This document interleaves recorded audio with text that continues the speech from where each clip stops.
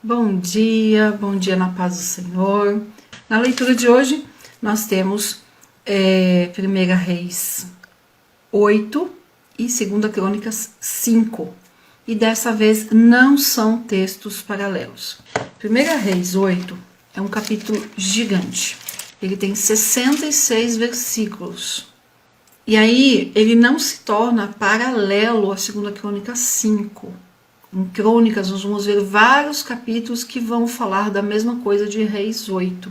Para acompanhar 1 Reis 8, deveria ser 2 Crônicas 5, 6 e 7. Então, são 3 capítulos. Só que o que acontece? Aí, a leitura ficaria gigante.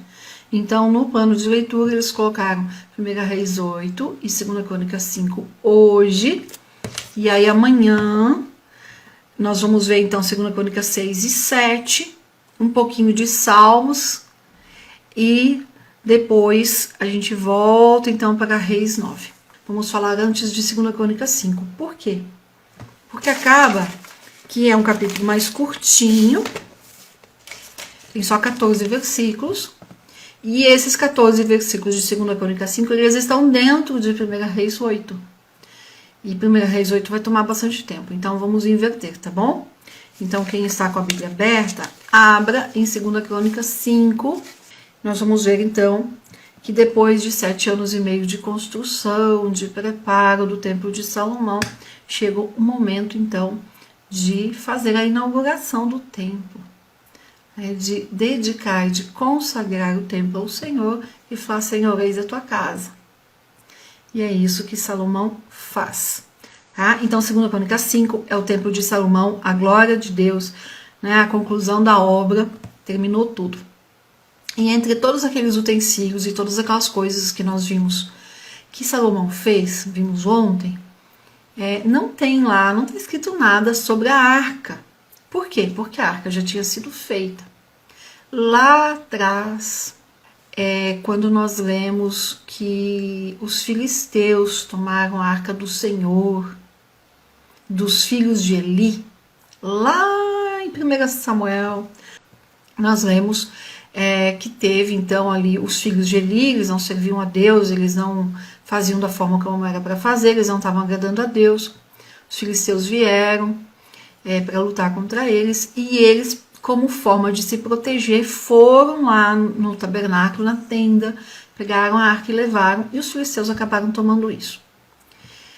A arca ficou lá ficou um tempo com os filisteus, e enfim, teve todo, né? Se eu voltar muito aí na história, a gente acaba tomando muito tempo. Mas aí, já aqui agora, mais recente, há um mês e pouco, nós falamos então de quando Davi foi resgatar a arca e trazer a arca para Jerusalém para colocar de novo ali na tenda. Quando Davi teve 2 tentativas para trazer a arca.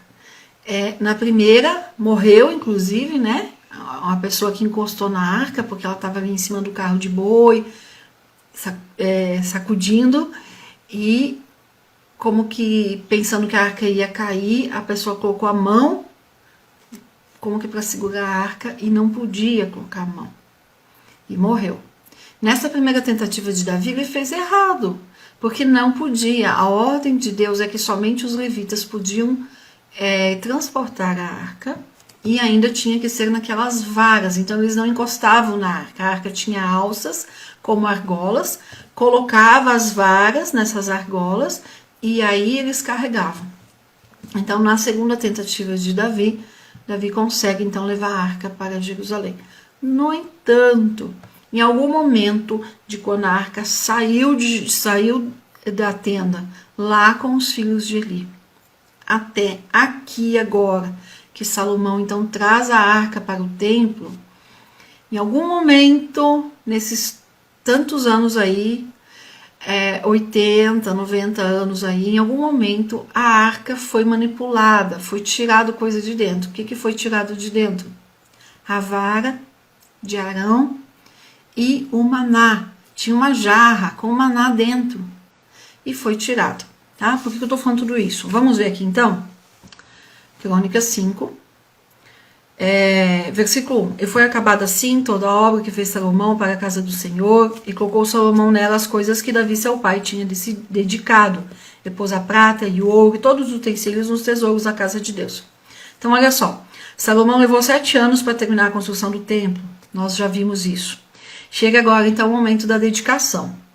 Então Salomão juntou em Jerusalém os anciãos de Israel e todos os príncipes das tribos, os cabeças das famílias, juntou todo mundo ali para fazer a dedicação. E se ajuntaram ao rei todos os varões de Israel por ocasião da festa que foi no 7º mês, a festa dos tabernáculos, tá? Que acontece no nosso mês, no mês de outubro.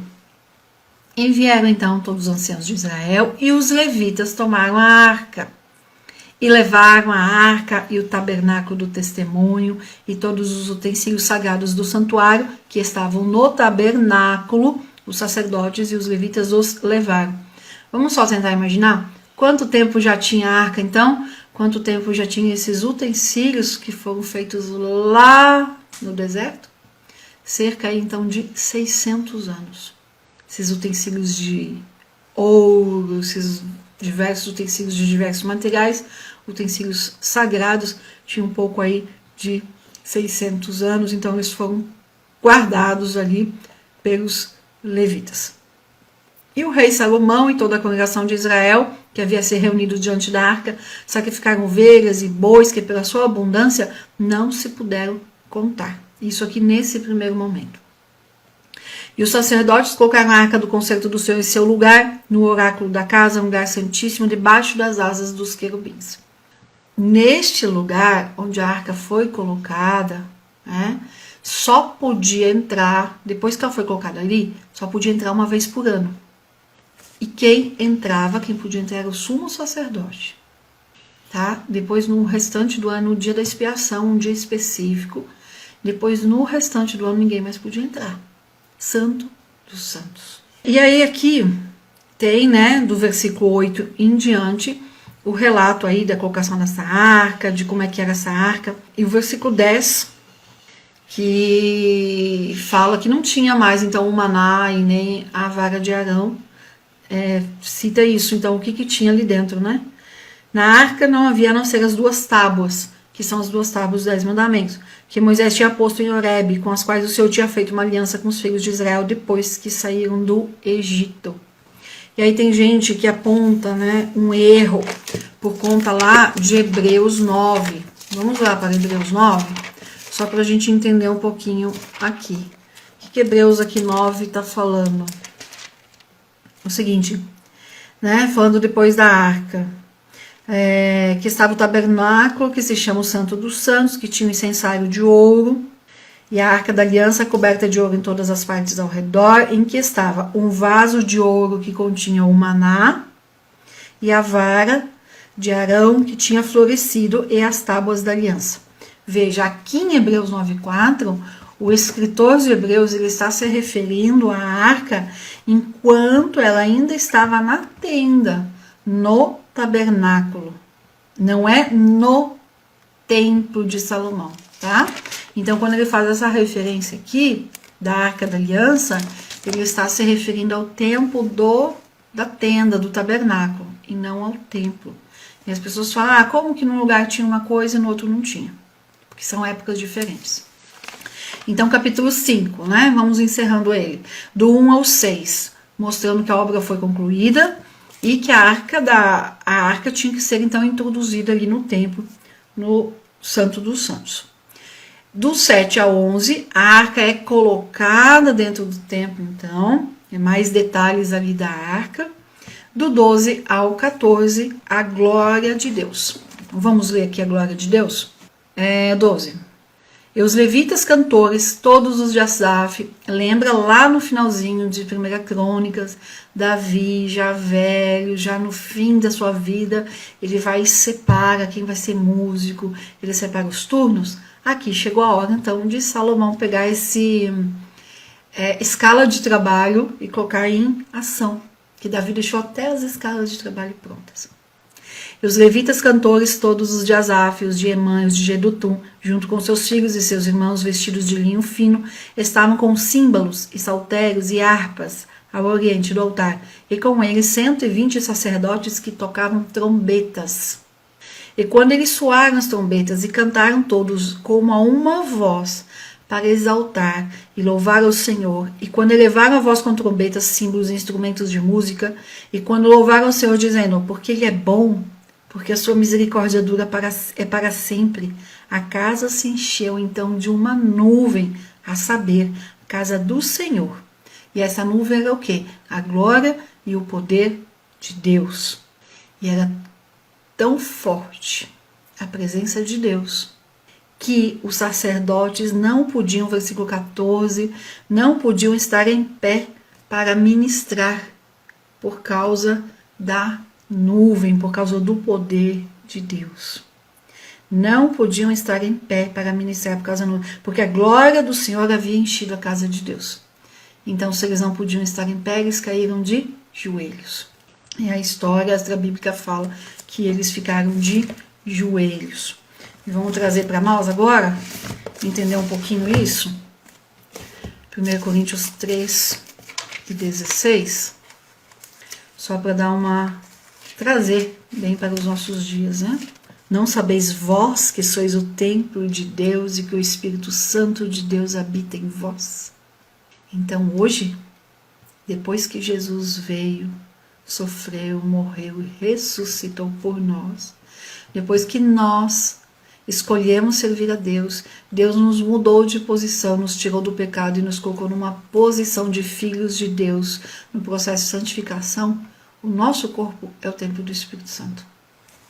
E aí, não tem como não nos fazermos a pergunta, será que nós sentimos a presença de Deus, sentimos a glória de Deus, como esse povo sentiu aqui? Nós precisamos buscar a presença de Deus, adorar a Deus de tal forma, de sentir essa presença de Deus. Não nos esquecer que o nosso corpo é templo do Espírito Santo. Existe uma confusão entre igreja de Cristo e templo do Espírito Santo. Não é o momento aqui, mas tem muita gente dizendo, eu sou igreja de Cristo, então eu não preciso estar lá na igreja lá, eu estou em casa, estou servindo a Deus aqui. Não é isso, a Bíblia não fala isso. A igreja de Cristo é uma comunidade, é uma irmandade, é uma família. Eu não sou igreja de Cristo sozinha, eu preciso dos irmãos em Cristo para pertencer à igreja de Cristo. Mas eu sou o templo do Espírito Santo, então de forma individual eu sou o templo do Espírito Santo. Deus é santo, santo, santo. Então, para nós nos colocarmos na presença de Deus, nós precisamos estar caminhando nesta jornada, nesse processo de santificação. Eu não vou me alongar muito aqui em 2 Crônicas 5, porque nós vamos ver então esses 14 versículos aqui de Crônicas 5 lá dentro de 1 Reis 8. Nós precisamos estar muito cientes, muito conscientes, muito autorresponsáveis, né? Sentir essa responsabilidade que nós temos na nossa conduta, no nosso posicionamento, e aí não é só externo, né? Não é só o que os outros veem, mas é aqui dentro do nosso coração mesmo. Então, 1 Reis 8 vai falar sobre a dedicação do templo e é a mais longa oração da Bíblia, tá? A oração mais longa da Bíblia. A oração mais longa de Jesus está lá em João 17, do 1 ao 26, são 26 versículos ali, Jesus orando, e ele ora por nós também. É lindo João 17. Mas aqui, a oração de Salomão aqui é a oração mais longa de toda a Bíblia. Então é o seguinte, né? Do 1 ao 11, os versículos de 1 a 11, é exatamente o que a gente acabou de ler lá em 2 Crônicas 5. Olha só o versículo 9, né? Na arca nada havia, a não ser as 2 tábuas de pedra que haviam sido postas ali por Moisés no Horebe. Então, repetindo o versículo que eu li lá. Onde o Senhor fez aliança com os filhos de Israel quando saíram da terra do Egito. E aí os versículos 10 e 11, que é lá 12 a 14 de 2 Crônicas, né? E quando os sacerdotes saíram do santuário, a nuvem encheu a casa do Senhor. E os sacerdotes não podiam ficar para ministrar por causa da nuvem, porque a glória do Senhor tinha enchido a casa do Senhor. Então eles caíram ali, ficaram ali de joelhos.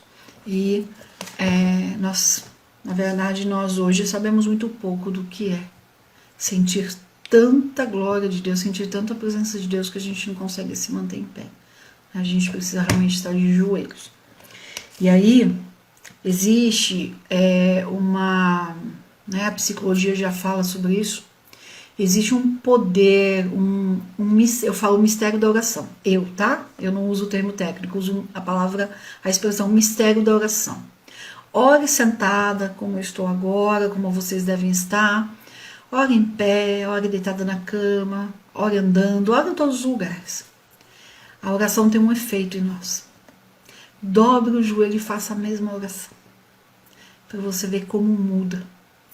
Quando nós estamos de joelhos, a posição em que nós oramos de joelhos é uma posição que nós não temos defesa física. Se alguém chegar para nos atacar, nós vamos ser atacados e não vamos conseguir se defender, porque a oração de joelhos é uma oração que nos deixa indefesos.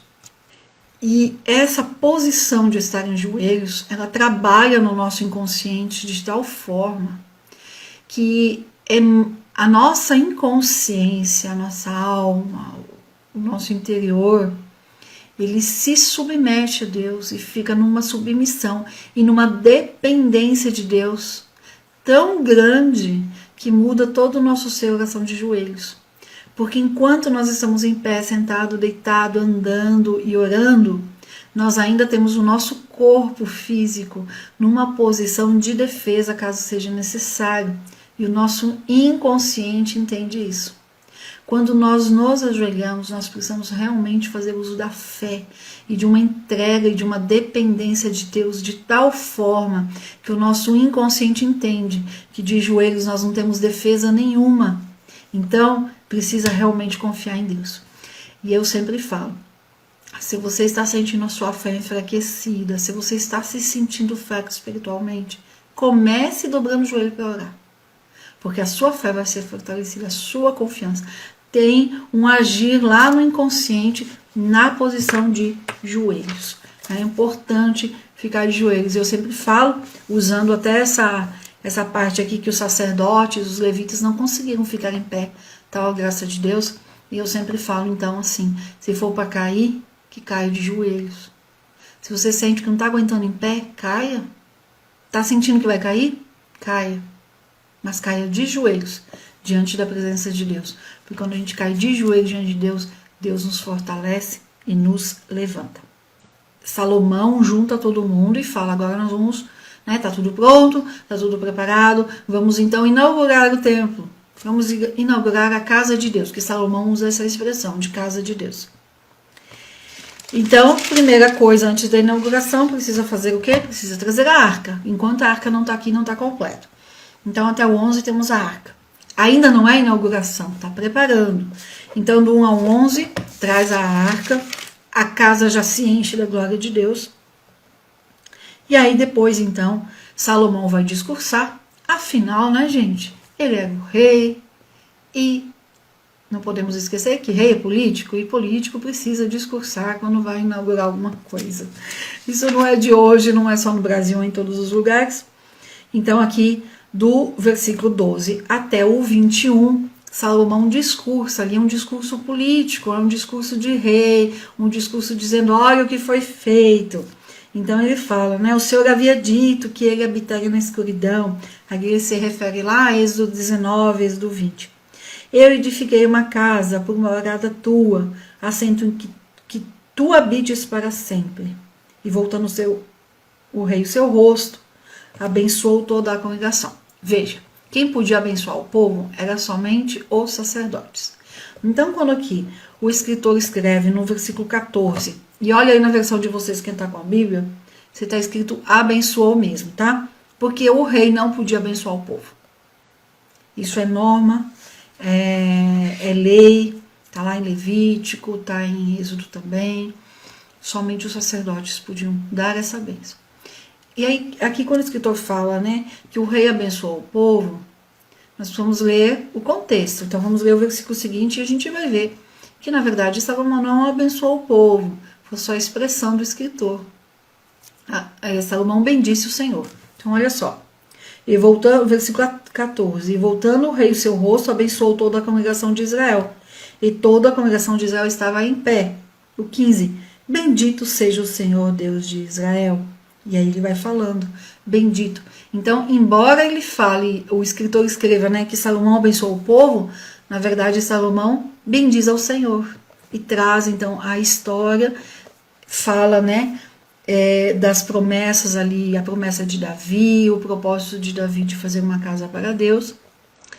E Salomão fala no versículo 20, o Senhor confirmou sua palavra ao ter me levantado em lugar de Davi meu pai. E assim eu edifiquei a casa do Senhor e constituí nela um lugar para a arca, na qual está a aliança do Senhor que fez com os nossos pais quando os tirou do Egito. E aí o seguinte, vejam o versículo 22, o que está escrito aí?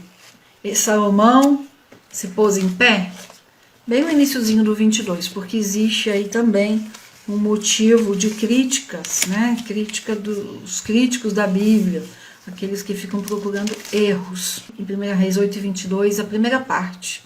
E pôs-se Salomão diante do altar do Senhor. Dentro do Santo dos Santos, no lugar santíssimo, tem um altar lá. Lá, no Santo dos Santos, ou lugar santíssimo, como também é chamado, lá só podia entrar o sumo sacerdote. Não é os levitas, todos os sacerdotes, não. O sumo sacerdote, ou seja, o sacerdote número 1. Só ele podia entrar lá, uma vez por ano. Então, tem um altar dentro do Santo dos Santos. Mas lá só podia entrar uma vez por ano. Esse altar aqui, que Salomão está falando, é do lado de fora. É outro altar, que é do mesmo tamanho do que está lá dentro. Então, olha só, a maioria das versões vai estar essa expressão. Tem umas versões, inclusive eu tô aqui com ela, que tá assim, ó. E Salomão se pôs em pé diante da arca do Senhor. E aí, já viram uma coisa para quem quer criticar. Por quê? Porque lá no 54, vamos no 54, e aconteceu que quando acabou Salomão de fazer ao Senhor toda esta oração e súplica, levantou-se, pois estava de joelhos diante do altar do Senhor. E aí as pessoas perguntam assim, mas como? Como que aqui fala que ele estava de joelhos, se no 22 fala que ele estava em pé? Então o que nós entendemos? Né? Não que foi um erro, mas que talvez ele tenha estado em pé mesmo e se ajoelhou durante a oração, tal a glória de Deus. A Bíblia não fala, mas se a Bíblia fala que no 54 que ele estava de joelhos, é porque em algum momento ele dobrou os joelhos, tá bom? É mais isso, um detalhe muito pequeno, mas que tem gente que se apega nesse detalhe e não consegue avançar. Nós temos que pensar, né, na prática, fazer uma oração gigante na frente de uma multidão de gente. Ele pode até ter começado em pé, mas em algum momento ele se ajoelhou mesmo. Embora eu acho que ele já estava nessa posição desde o início. Vamos lá. Então a oração começa no versículo 22, e ela vai até o versículo 53. E é considerada a oração mais longa. Se a gente vai comparar lá com João 17, que é a oração de Jesus, lá nós temos 26 versículos. Mas, em quantidade de palavras, né, em extensão de fala, a oração de Salomão é a oração mais longa da Bíblia. Quando nós chegarmos no livro de Mateus e formos ler o Pai Nosso, eu vou falar sobre como esse modelo de oração que Jesus nos deu. Tem um modelo lá de oração.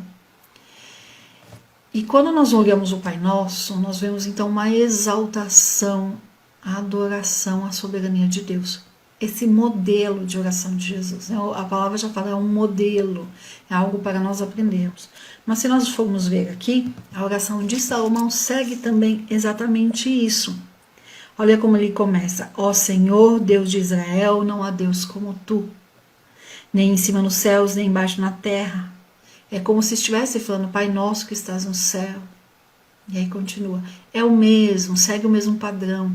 porque nós não podemos nos achegar diante de Deus, o Rei dos Reis, o Deus soberano, o Deus onisciente, onipotente, o Deus de toda majestade, o Deus santo. Nós não podemos nos achegar diante dele e já começar a pedir. E muita gente hoje está fraco espiritualmente porque se achega a Deus e já começa a pedir. Não está se aprofundando em conhecer a Deus, em exaltar esse Deus tão maravilhoso. Nós não podemos. Se a gente fosse para frente, né, conversar com o presidente, conversar com uma autoridade, a gente já não pode chegar e falar assim, oi, e aí? Não dá. Ó, eu vim aqui buscar tal coisa, eu vim aqui porque eu estou precisando de ajuda. A gente não faz isso. A gente antes, né, vai fazer uma introdução ali.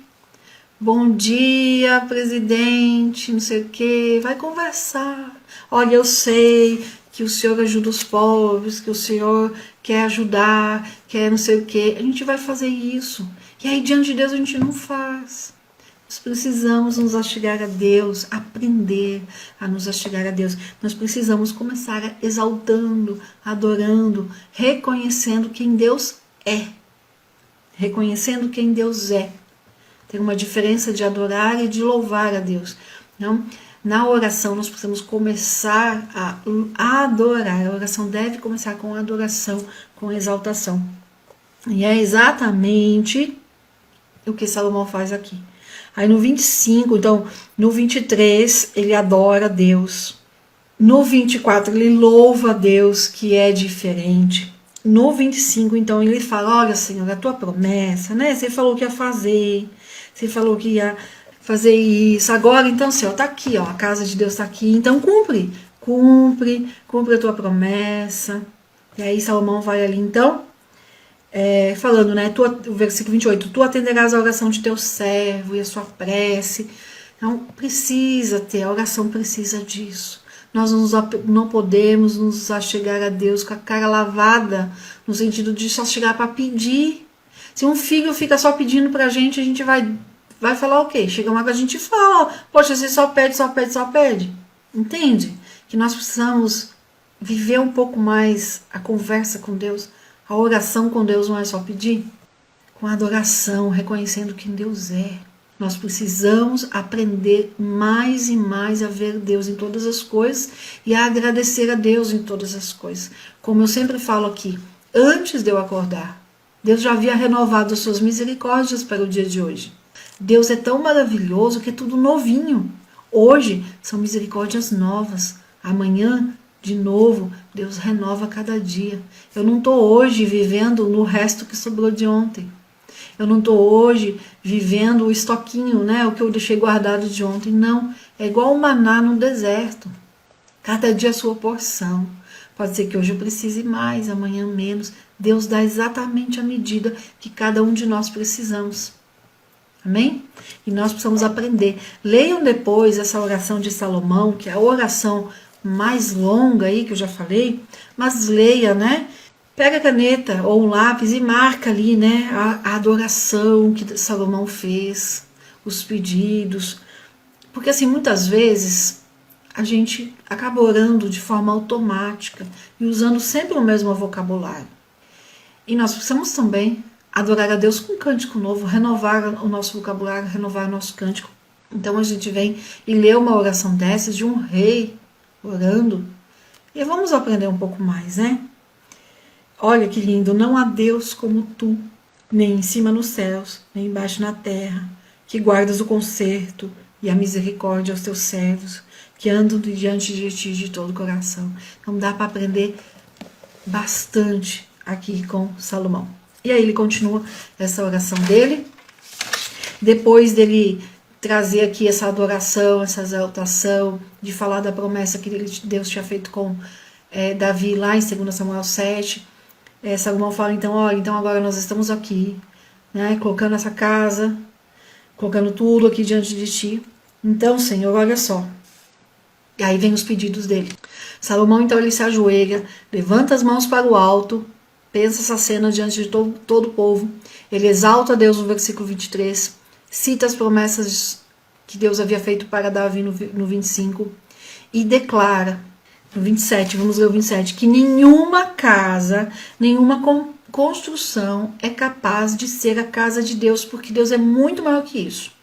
Então ali vai ser muito mais um símbolo, um ponto de encontro, tá? Versículo 27. Na verdade, teria Deus que morar na terra, eis que os céus e os céus dos céus não o podem conter, muito menos esta casa que eu edifiquei.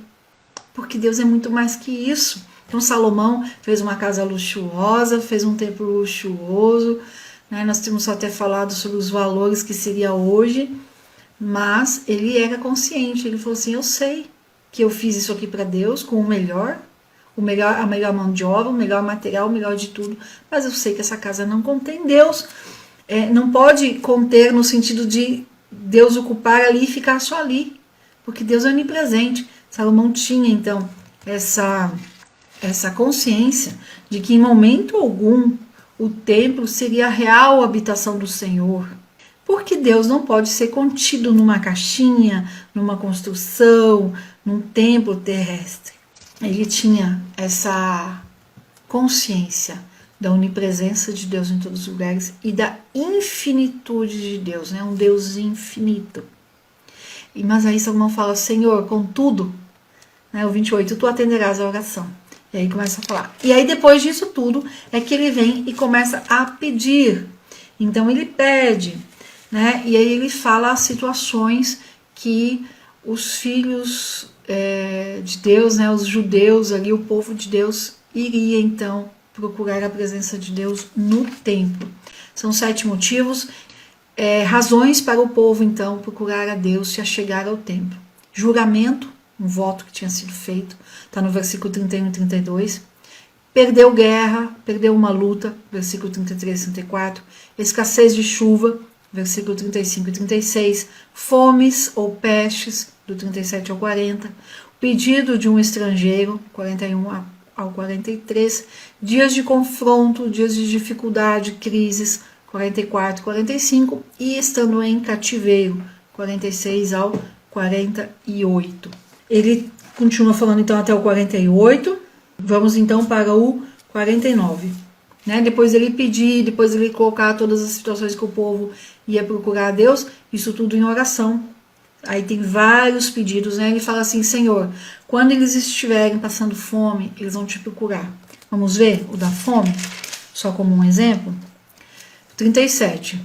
Então, olha só, quando na terra houver fome ou pestilência, que são as pestes, as doenças, as pandemias, coronavírus, né, trazendo para os nossos dias.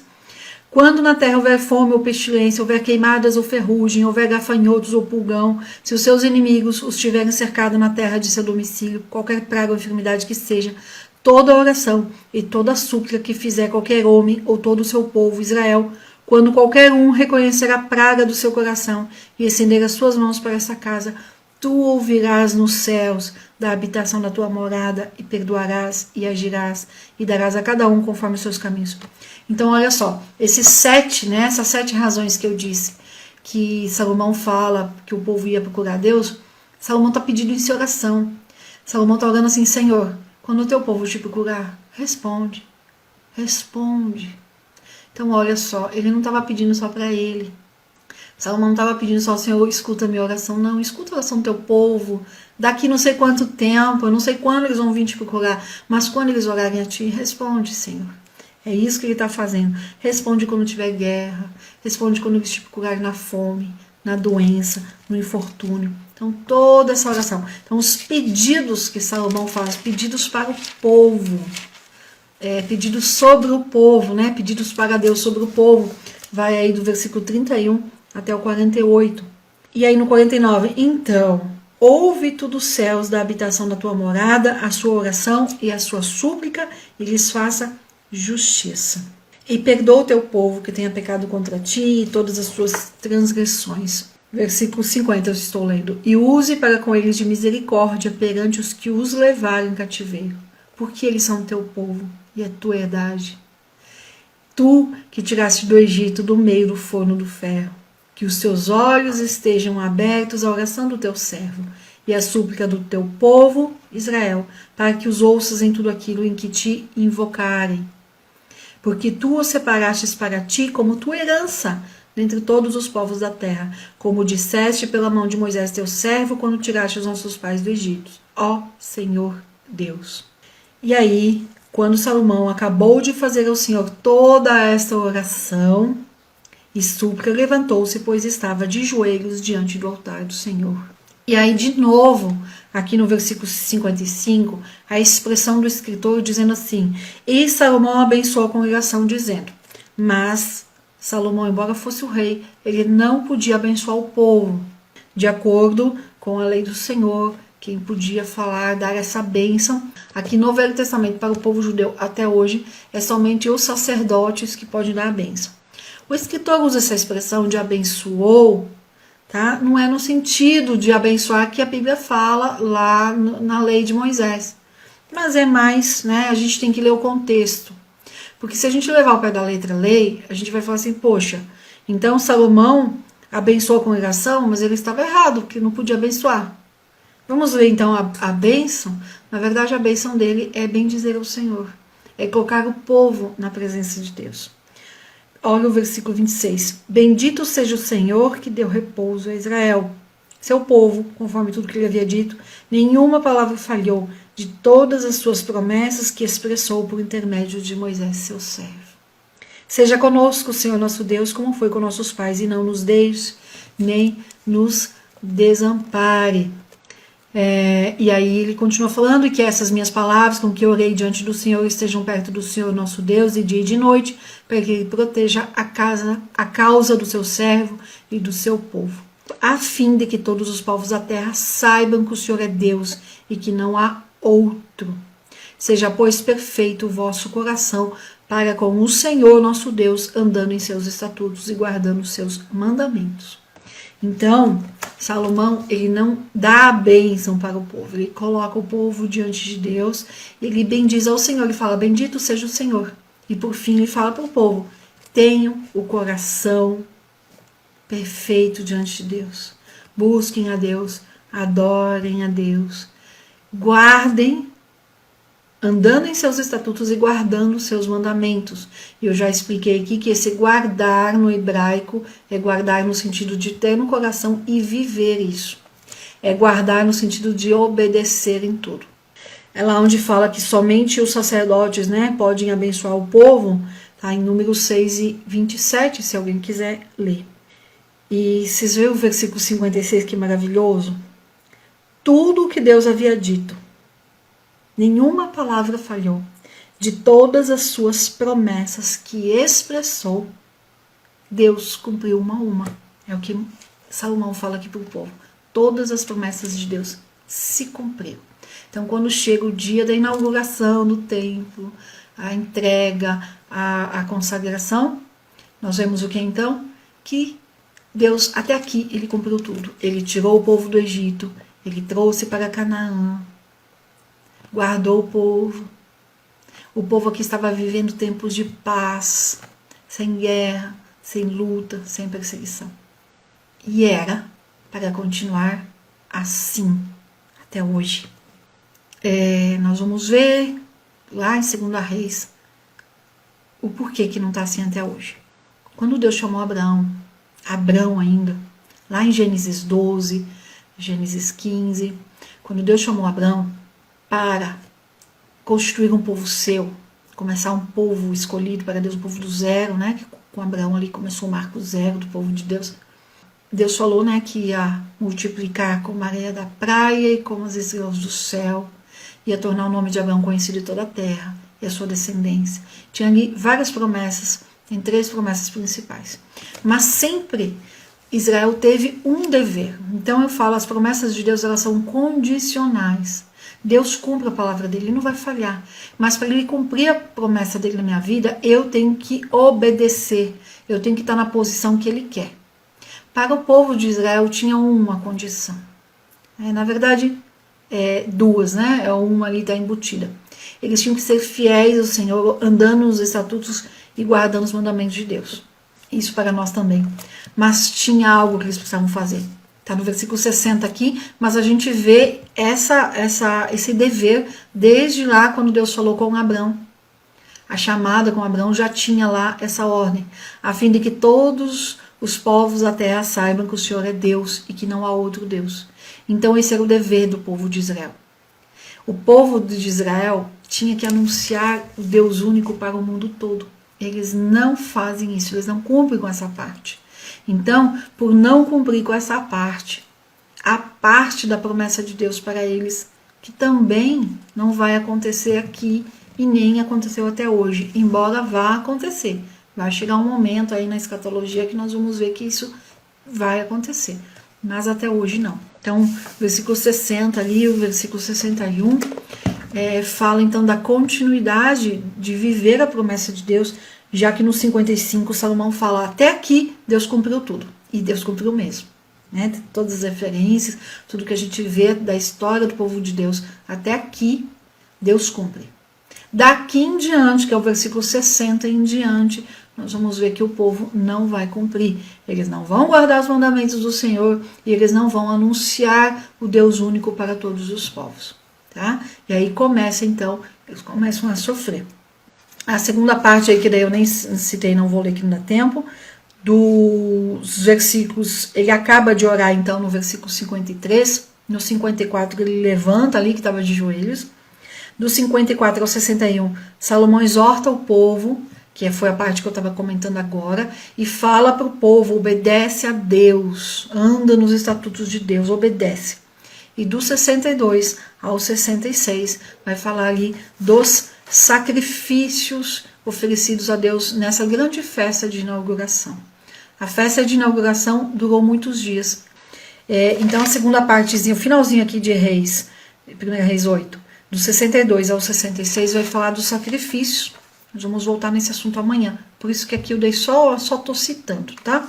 Foram 22 mil bois sacrificados, 120 mil ovelhas sacrificadas nessa festa.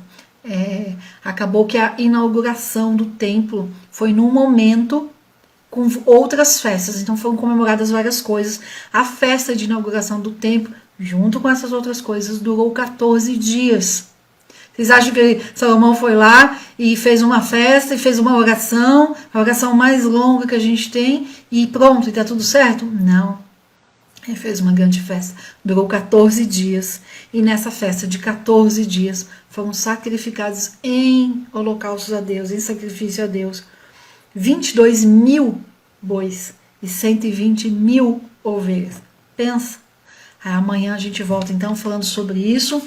Lá, daí nós vamos comentar então amanhã, 2 Crônicas 6 e 7 e o Salmo 136. Amém? Que Deus possa recompensar cada um de vocês pela companhia. Fique com Deus.